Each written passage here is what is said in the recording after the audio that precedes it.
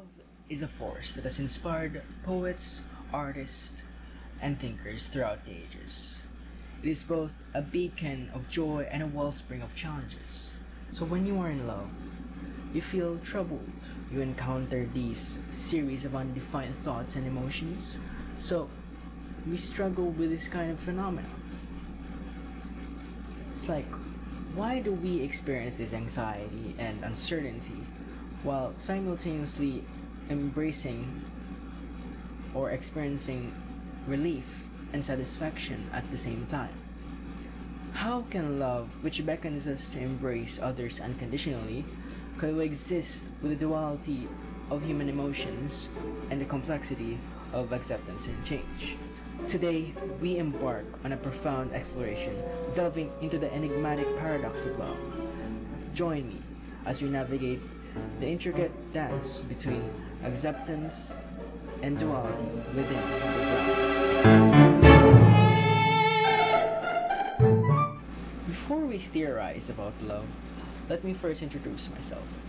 I'm Ernest Gerard, and I'm here to share you with all my insights and thoughts as a lifelong learner. A simple reminder that the greatest boasters of love are the ones who haven't done much loving themselves. The statement means that the people who talk a lot about love and claim to be in love are often the ones who haven't shown much love in their actions or relationships. It suggests that people might boast about love to make themselves look good or gain attention, even though they may not truly understand or experience the depth of love. Likewise, love can make us do unimaginable things. It is the nature of desire. It's when love reveals the depth of our desires and how they can influence our actions. In philosophy, desire often plays a significant role in shaping human behavior. Love can heighten these desires, prompting us to pursue paths we previously deemed impossible or unthinkable. It's like bringing us to the greatest of lights and sending us to the lowest lows. We are more likely in this cloud of haze with mere thoughts. We overthink, we contradict, we're troubled by our own selfish desires, not really knowing our true intentions. Like, we believe that our deepest desires are seemed to be unreachable. So you may ask, why is love such a common topic? Simply because it is a deep and important feeling that everyone experiences. Love is also connected to our sense of meaning in life and how we relate to other people. Love comes in a variety of forms. Because we initially have trouble understanding ourselves, love itself is difficult to comprehend. That's why we ponder this very question. What is love?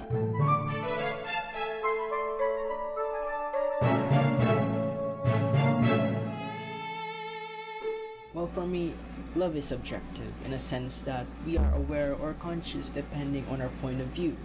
Like I said, it is based on our own understanding and experience. Others may interpret it as something romantic, familial, or even platonic.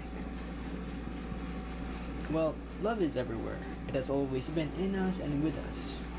But we of course, are the ones to express or hide it. We love because we have something we desire, but we need to know to love for something that we can accept. Acceptance is not a static state, but rather an evolving dynamic. As we embrace someone, we may also encounter moments of disagreement, conflict, and differing needs. This duality can seem paradoxical. As love navigates the territory between unity and individuality, some argue that the acceptance of duality is the key to harmonizing love's paradox. Instead of seeking a resolution to apparent contradictions, we embrace this tension, acknowledging that love's complexity is what makes it a transformative force.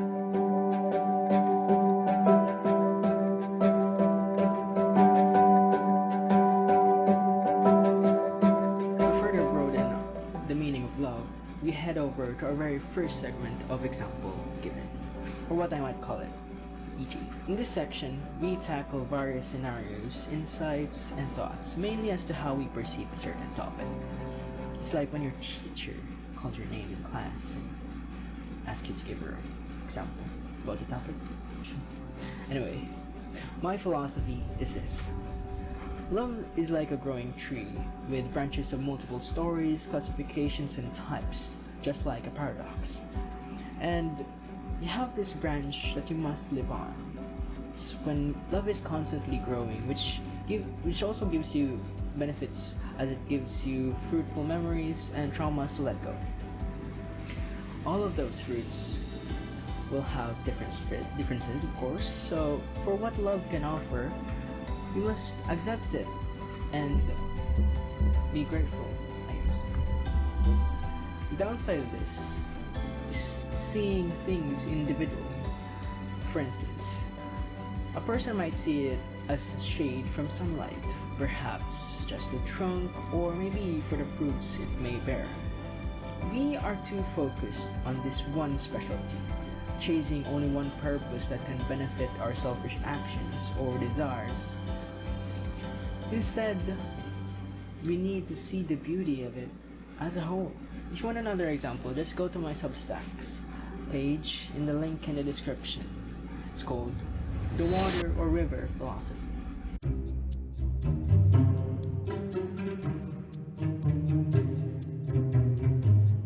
According to Friedrich Nietzsche, love is a state in which a man sees things for what they are decidedly not, what millennials might call it, being Delulu.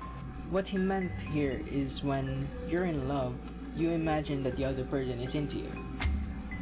This madness, this anxiety by which you overinterpret something around you, distorts reality. What a fool it is to be in love. What a divine madness, what a delirium of excitement that takes hold of you when you're in love.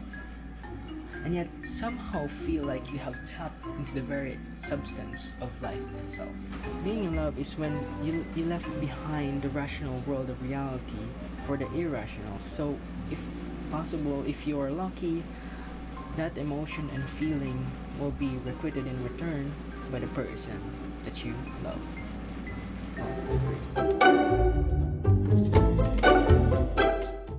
In a different perspective, being delusional does not just apply to ourselves, but also affects others as well.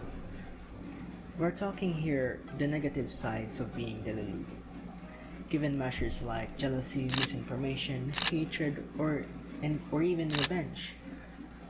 So, we make judgments based on what we see, hear, or imagine. We imagine things and take it as it is. Jealousy makes us sugarcoat the things behind our own rationality. It makes us so blind to the fact that we seek for the truth. But keep in mind that being in line with the truth is also crucial. This is what Nietzsche is also pointing, that we become fools when it comes to love.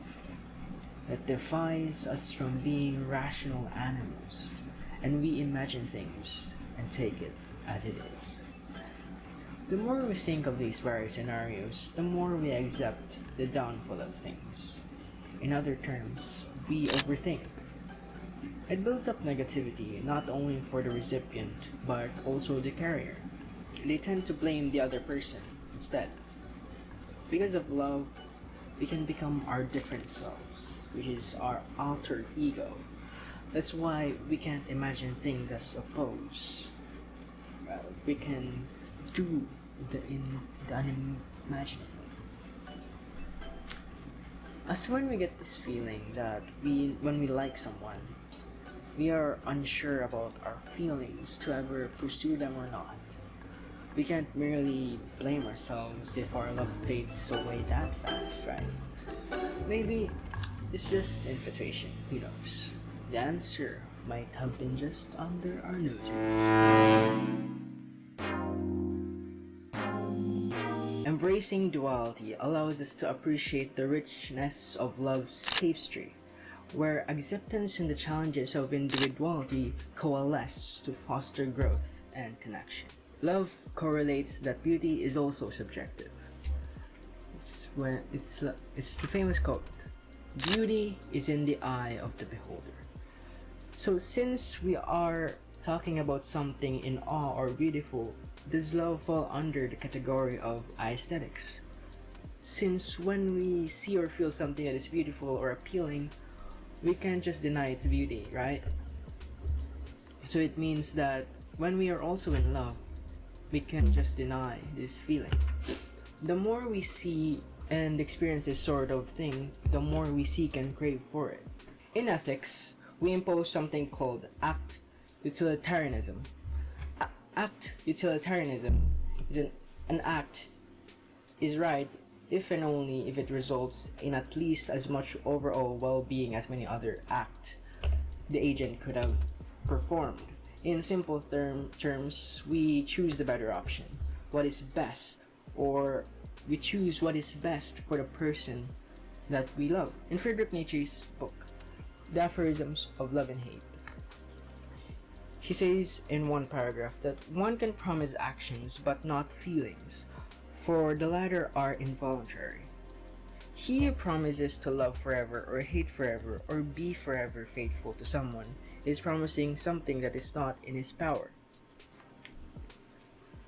He can, however, promise those actions that are usually the consequence of love, hatred, or faithfulness, but that can also spring from other motives, for there are several paths and motives into an action.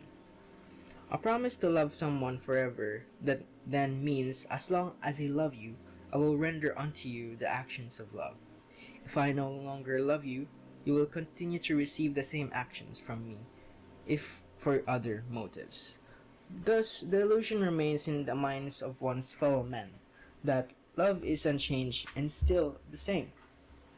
So now we move on to the mystery of love and hate itself. Love and hate are not blind, but are blinded by the fire themselves carry with them. The coexistence of love and hate towards someone can be a complex and paradoxical experience, rooted with the intricacies of human emotions and relationships.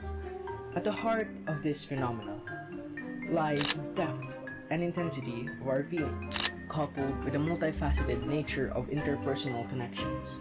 From a phenomenological perspective, emotions are not just irrational impulses but meaningful experiences that shape our understanding of the world. Love and hate, as powerful emotions, color our intensity and passionate nature of these emotions. This philosophical perspective suggests that the coexistence of love and hate reflects the complex nature of human emotions and the intricacies of relationships. We may experience both emotions towards the same person as the boundaries between affection and resentment blur. This emotional duality reveals the depth of our connections and the multifaceted aspects of our being. Understanding the paradox in love requires self-awareness and emotional intelligence. By acknowledging the fire of love and hate, and learning to temper their influence on our perceptions and actions. With every hardship we face and every tear we drop, there's still this burning flame inside our hearts. It's driven by love. It's about learning how to love, as said by Friedrich Nietzsche. We must learn to love, learn to be kind, and this from earliest youth. If education or chance give us no opportunity to practice these feelings, our soul becomes dry and unsuited, even to understanding the tender inventions of loving people. Likewise, hatred must be learned and nurtured if one wishes to become a proficient hater. Otherwise, the germ for that, too, will gradually wither. As love adapts with time, generation after generation, its forms will inevitably lead to change, and its ways will eventually multiply and foster because being in love gives us chances. We compensate for our past experiences in hope for a better future. Love's paradox of acceptance and duality is a reminder that the human heart is vast and capable of embracing complexity. By embracing both aspects, we open ourselves to the transformative power of love, allowing it to guide us on our journey of self-discovery and connection. In the grand symphony of life, love's melody resonates across time and space, creating harmonies that bridge the gaps between generations.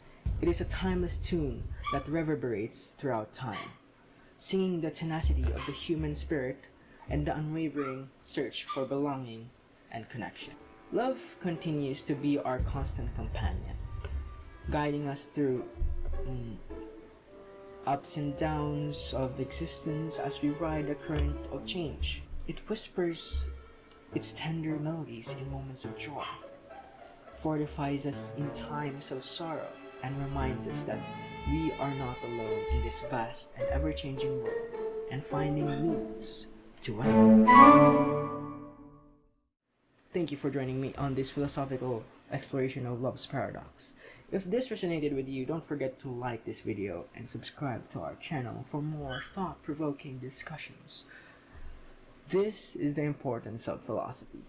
Whenever you have a troubled mind or a question you want to address, it helps us develop self-awareness, provides us with clarity, and further examines the nature of our thoughts. Just keep in mind that love is consequential to the fact that there are boundaries that are limitless. It is universal, thought-provoking, and magnificent. One thing's for sure, nothing can break the bond and power of love itself. This is Ernest Gerard, and I'll see you on the next one.